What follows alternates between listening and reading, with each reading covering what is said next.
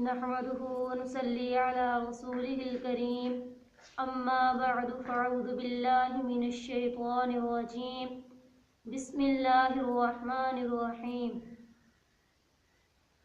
امام طحاوی رحمہ اللہ فرماتے ہیں، ہم سے بیان کیا علی بن معبد بن نوح بغدادی نے، وہ فرماتے ہیں ہم سے بیان کیا عبداللہ بن بکر سہمی رحمہ اللہ نے، وہ فرماتے ہیں ہم سے بیان کیا ہشام بن حسان نے، اور وہ روایت کرتے ہیں محمد بن سیرین رحمہ اللہ سے، اور وہ حضرت ابو ہریرہ رضی اللہ عنہ سے روایت کرتے ہیں کہ رسول اللہ صلی اللہ علیہ وسلم نے فرمایا، لا یبولن احدکم فی الماء الدائم الذی لا یجری ثم یغتسل فیہ۔ حضرت ابو ہریرہ رضی اللہ تعالی عنہ سے روایت ہے کہ رسول اللہ صلی اللہ علیہ وسلم نے ارشاد فرمایا، تم میں سے کوئی بھی ہرگز ٹھہرے ہوئے پانی میں پیشاب نہ کرے کہ پھر وہ اس میں غسل کرے۔ اس حدیث مبارکہ سے ہمیں چند باتیں معلوم ہوئیں۔ نمبر 1، ٹھہرے ہوئے پانی میں پیشاب نہیں کرنا چاہیے،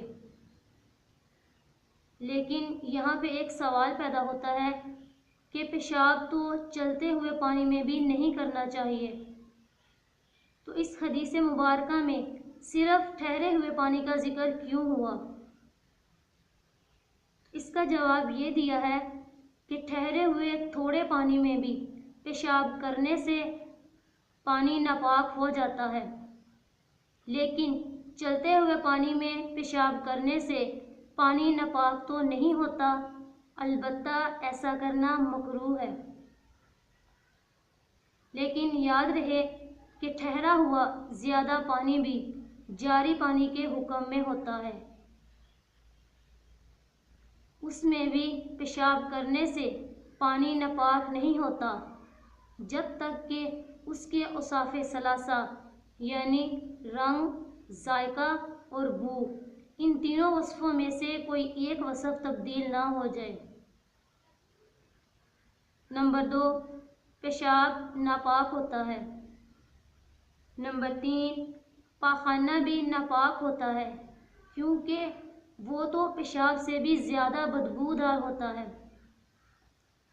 نمبر 4، ناپاک پانی سے طہارت حاصل نہیں ہوتی، کیونکہ جو خود ناپاک ہے وہ دوسری چیز کو پاک کیسے کر سکتا ہے۔ نمبر 5، پانی کو ناپاک چیز سے بچانا چاہیے۔ نمبر 6، رسول اللہ صلی اللہ علیہ وسلم نے ہمیں جن کاموں سے روکا ہے ہمیں ان سے بچنا چاہیے، اسی میں ہمارا فائدہ ہے، کیونکہ رسول اللہ صلی اللہ علیہ وسلم ایسی ذات کی طرف سے دیے ہوئے احکام بیان فرماتے تھے جو ذات حکیم ہے، اور حکیم کا کوئی حکم اور نہیں فائدے سے خالی نہیں ہوتے۔